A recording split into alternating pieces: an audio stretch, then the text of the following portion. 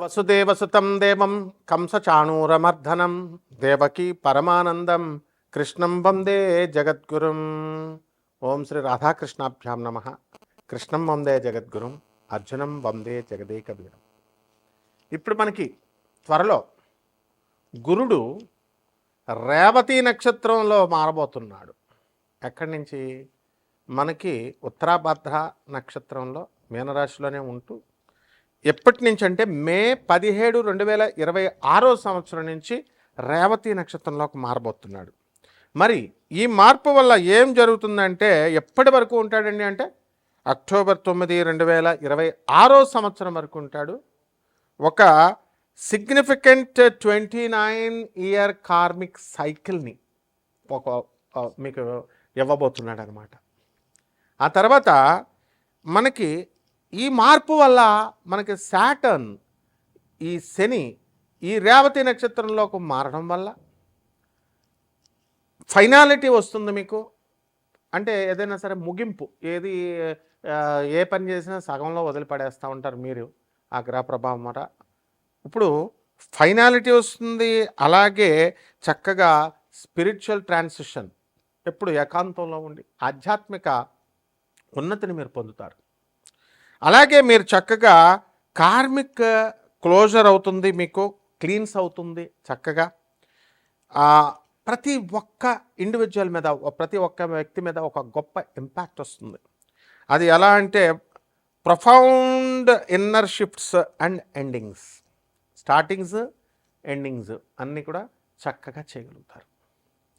మరి ఇప్పుడు మనకి ఎక్కడున్నారు ఈ గ్రహస్థితి? ఈ 2026 సంవత్సరం యాజ్ ఆన్ ఈ మే నెలలో మనం కనుక చూసుకుంటే మిగతాదంతా కూడా కుజుడు మే 11 తర్వాత మేషరాశిలోకి మారబోతున్నాడు. అలాగే మనకి రవి మే 15 తర్వాత వృషభ రాశి సంచారం చేస్తాడు, ప్రవేశిస్తున్నాడు. అలాగే చక్కగా మనకి బుధుడు మే 15 తర్వాత వృషభ రాశిలోకి వస్తున్నాడు. అలాగే శుక్రుడు మరి మే 14వ తేదీన మనకి శుక్రుడు చక్కగా మనకి ఈ యొక్క మిథున రాశిలోకి వస్తున్నాడు. అలాగే బుధుడు మే 29వ తర్వాత రెండవసారి, మే నెలలో 2 సార్లు అతను మిథున రాశిలోకి వస్తున్నాడు. దీనివల్ల ఏమిటండి మనకి అంటే ఇప్పుడు రెట్రోగ్రేడ్లో లేడు మనకి సాటర్న్. ఎలా ఉన్నాడు? ఎక్కడున్నాడు? 15 డిగ్రీల మనకి మీన రాశిలో శని ఉన్నాడు. అలాగే కేతువు 11 డిగ్రీల సింహరాశిలో ఉన్నాడు. రాహు 11 డిగ్రీల కుంభరాశిలో ఉన్నాడు. మరి మనందరికీ కూడా యాజ్ ఆఫ్ మే 2, 2026 సంవత్సరాన్ని కనుక మనం తీసుకుంటే మనకి ఈ యొక్క శని వక్రించి లేడు. కాబట్టి ఎప్పుడండి ప్రారంభించాడు మీనరాశిలో కంటే 2023 సంవత్సరంలోకి ప్రవేశించి అర్లీ 2026 సంవత్సరం వరకు కూడా అతను అందులోనే ఉంటాడు మీనరాశిలో, డైరెక్ట్ మోషన్లో. ఇప్పుడు కరెంట్ మోషన్ ఏంటంటే ప్రస్తుతానికి డైరెక్ట్ ఫార్వర్డ్లో ఉన్నాడు. తర్వాత నెక్స్ట్ రెట్రోగ్రేడ్ రాబోతున్నాడు సాటర్న్. జూన్ 2026 సంవత్సరం నుంచి స్టార్ట్ అవుతాడు రెట్రోగ్రేడ్. స్టార్ట్ అయ్యి నవంబర్ 2026 సంవత్సరం వరకు కూడా అక్కడే ఉంటాడనమాట, వక్రించి ఉంటాడు. దీనివల్ల ఏమవుతుందంటే మనకి అప్కమింగ్ 2026 సంవత్సరం ఈ యొక్క వక్రించడం వల్ల ఇమోషనల్ హీలింగ్, కార్మిక్ క్లోజర్, ఆ తర్వాత ఎవాల్యుయేటింగ్ బౌండరీస్ ఇన్ మీనరాశిలో, పైసెస్లో ఇవన్నీ కూడా చేయడం జరుగుతుంది. అలాగే మనం మే 2026 సంవత్సరాన్ని కనుక మనం చూసుకున్నట్లయితే ఫీచర్స్ మనం చూసుకున్నప్పుడు హై ఎనర్జీ ప్లానెటరీ యాక్టివిటీ ఉంటుంది. అలాగే మార్స్ యారీస్లోకి ఎంటర్ అవుతున్నాడు మేషరాశిలోకి. శుక్రుడేమో చక్కగా జెమినీలోకి, మిథున రాశిలోకి. వీటి వల్ల డబల్ మూవ్స్ మళ్ళీ మెర్కురీకి, బుధుడికి, వీటన్నిటి వల్ల ఫాస్టరింగ్ ర్యాపిడ్, చాలా స్పీడ్గా డెసిసివ్ యాక్షన్. మీరంతా కూడా తొందరగా నిర్ణయాలు తీసుకోగలుగుతారు కెరీర్లో, రిలేషన్షిప్స్లో. అలాగే చక్కగా కీ షిఫ్ట్స్ ఉండడం వల్ల మే నెలలో మే 11న కుజుడు మేషరాశిలోకి, శుక్రుడు మే 14 నుంచి మిథున రాశిలోకి, ఆ విధంగా వృషభ రాశిలోకి మే 15 తర్వాత మనకి ఈ యొక్క రవి చేరడం. వీటిలన్నిటి వల్ల కూడా మీకు ఇంపల్సివ్ డెసిషన్స్ తీసుకుంటారు. 2 యాక్సిలరేటింగ్ యాక్టివిటీ చాలా స్పీడ్గా చేస్తారు మీరు ఎంతవరకు స్లోగా ఉన్నటువంటి వాళ్ళు. అండ్ డ్రైవ్ కూడా బాగుంటుంది. అండ్ రిలేషన్షిప్స్ని ఆ తర్వాత కమ్యూనికేషన్ని ఎఫెక్ట్ చేస్తాయి. అలాగే ఫోకస్ ఆన్ స్టెబిలిటీ మీద, స్థిరత్వం మీద, రిసోర్సెస్ మీద మీరు ఎక్కువగా స్థిరత్వం వస్తుందన్నమాట. అయితే ఈ యొక్క గ్రహ సంచారాల వల్ల 12 రాశుల్లో కూడా మనము కొంచెం టెక్నికల్గా మనం చూసినప్పుడు మెడికల్గా కూడా మెడికల్ సైన్స్ని అప్లై చేస్తున్నాము. అలాగే మనం ఆర్బిటాల్ వెలాసిటీని మనం తీసుకుంటున్నాము. ఇప్పుడు ఆర్బిటాల్ వెలాసిటీని మనం తీసుకున్నప్పుడు గురుడు ఎక్కడున్నాడండి? First half of this 2026 year అంతా కూడా కర్కాటక రాశిలో ఉండి చాలా చక్కగా మంచి లక్ని గ్రోత్ని ఇన్ఫ్లుయెన్స్ చేస్తాడు ఆ తర్వాత కంటే కూడా. అలాగే శని నెప్ట్యూన్స్ మనం తీసుకున్నప్పుడు ఈ పొజిషన్స్ అన్నీ కూడా చక్కగా స్ట్రక్చర్డ్ యాక్షన్ ఉంటుంది అండ్ మెయింటైనింగ్ డిసిప్లిన్ ఉంటుంది. ఇవన్నీ కూడా వస్తాయన్నమాట.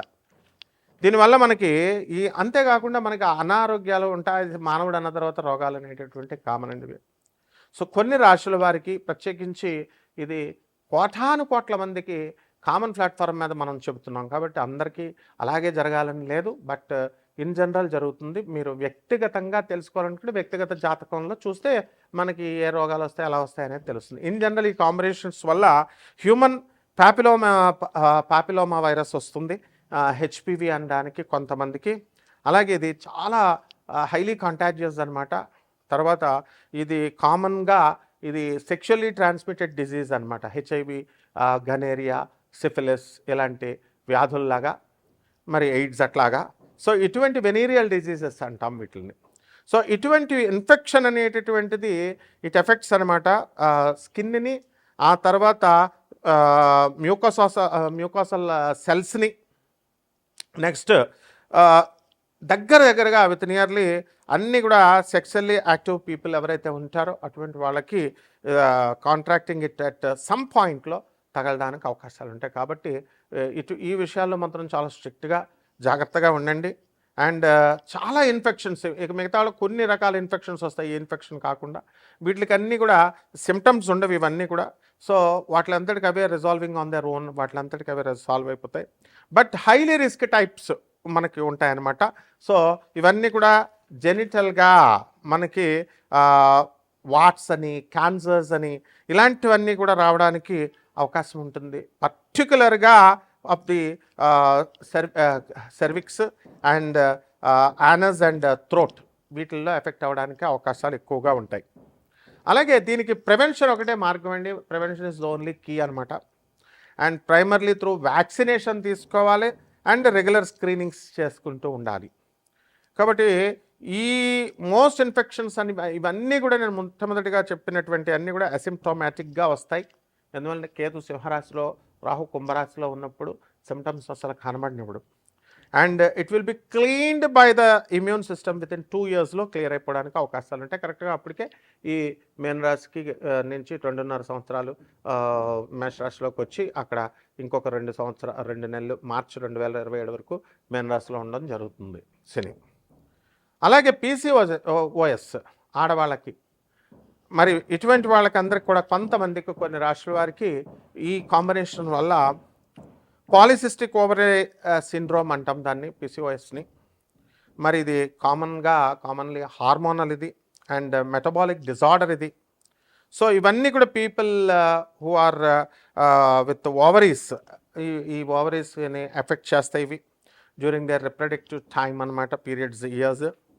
అండ్ ఇర్రెగ్యులర్ పీరియడ్స్ రావడము, నెక్స్ట్ ఎక్సెస్ ఆండ్రోజన్ లెవెల్స్ ఇవన్నీ కూడా ఉండడం, మేల్ హార్మోన్స్ ఇవన్నీ.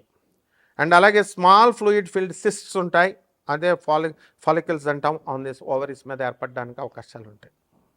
అండ్ హార్మోనల్ ఇంబ్యాలెన్స్ మనం ఎక్కువ చూస్తాం. హై లెవెల్స్ ఆఫ్ ఆండ్రోజన్స్ చూస్తాము, లైక్ టెస్టోస్టిరోన్.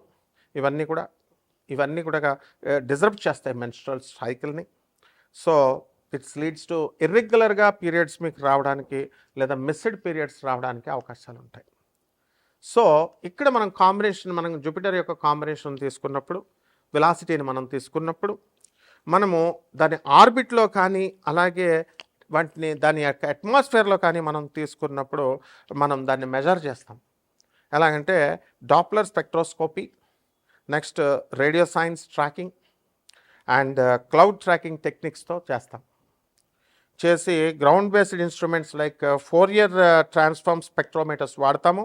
ఎగ్జాంపుల్ జోవియల్ అనేది. అలాగే ఎస్ప్రెసో స్పెక్ట్రోగ్రాఫ్ మెజర్, దీని నుంచి డాప్లర్ షిఫ్ట్స్ నాసా ఉపయోగిస్తుంది. నాసా జూనో మిషన్ అంటాం. దీనివల్ల deep space network antennas to track radio signals అనమాట. సో దీని నుంచి మనం ఆర్బిటాల్ వెలాసిటీ మనం ఆఫ్ జూపిటర్ని మనం తీసుకున్నప్పుడు as on this date 13.06 kilometres per second ఉంది. And determined by tracking its orbit and the sun, around the sun.